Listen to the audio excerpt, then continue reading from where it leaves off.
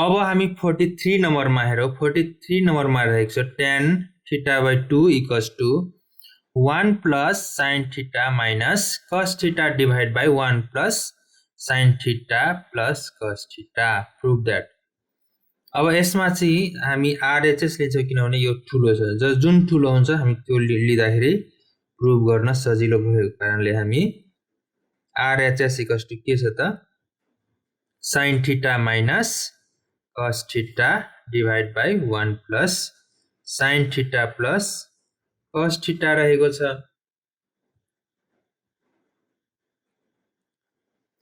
त्यसै गरी 1 plus sin theta को फर्मुला के हो भन्दा sin theta को फर्मुला हो 2 sin theta by 2 cos theta by 2। त्यसै गरी cos theta को फर्मुला हो 1 minus 2 sin square theta by 2 2 cos square theta by 2 minus 1 cos square theta by 2 minus sin square theta by 2 हो भने sin theta को एउटै formula रहेको छ हामी युज गर्छौं sin theta by 2 cos theta by 2। त्यसै गरी यहाँ माइनस छ अब माइनस भइसकेपछि अब कुन फर्मुला युज गर्दा यो 1 चाहिँ क्यान्सल हुन्छ भनेपछि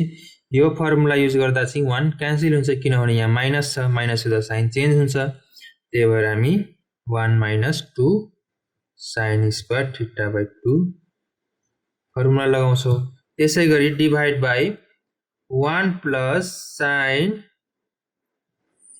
theta जुन छ यसलाई चाहिँ हामी फर्मुलामा कन्भर्ट गर्दा 2 sin theta by 2 cos theta by 2 plus अब cos theta को कुन फर्मुला युज गर्दा हाम्रो यो 1 क्यान्सल हुन्छ भन्दा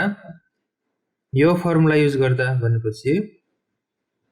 2 cos square theta by 2 minus 1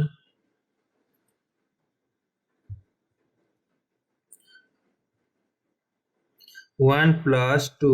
sin theta by 2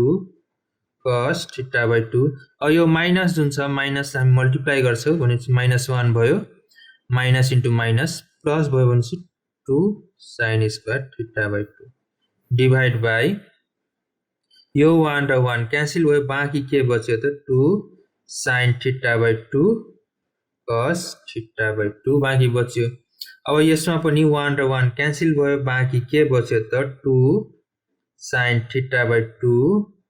cos theta by 2 plus 2 sin square theta by 2 divide by यहाँ प्लस छुट्यो plus 2 cos square theta by 2 छुटेको थियो मैले लेख्दिए। त्यसै गरी यसमा चाहिँ मिल्ने के छ 2 मिल्ने छ र cos theta by 2 मिल्ने छ भनेपछि 2 cos theta by 2 कमन लिन्छौं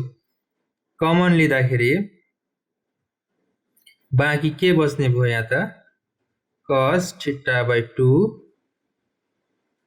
हैन cos theta by 2 हैन sin theta by 2 plus cos theta by 2 बाँकी बच्ने भयो। त्यसै गरी माथि पनि हामी हेर्ने माथि चाहिँ sin theta by 2 चाहिँ मिल्ने छ र 2 मिल्ने छ भनेपछि 2 sin theta by 2 कमन लिँदा बाँकी के बच्ने भयो हामीसँग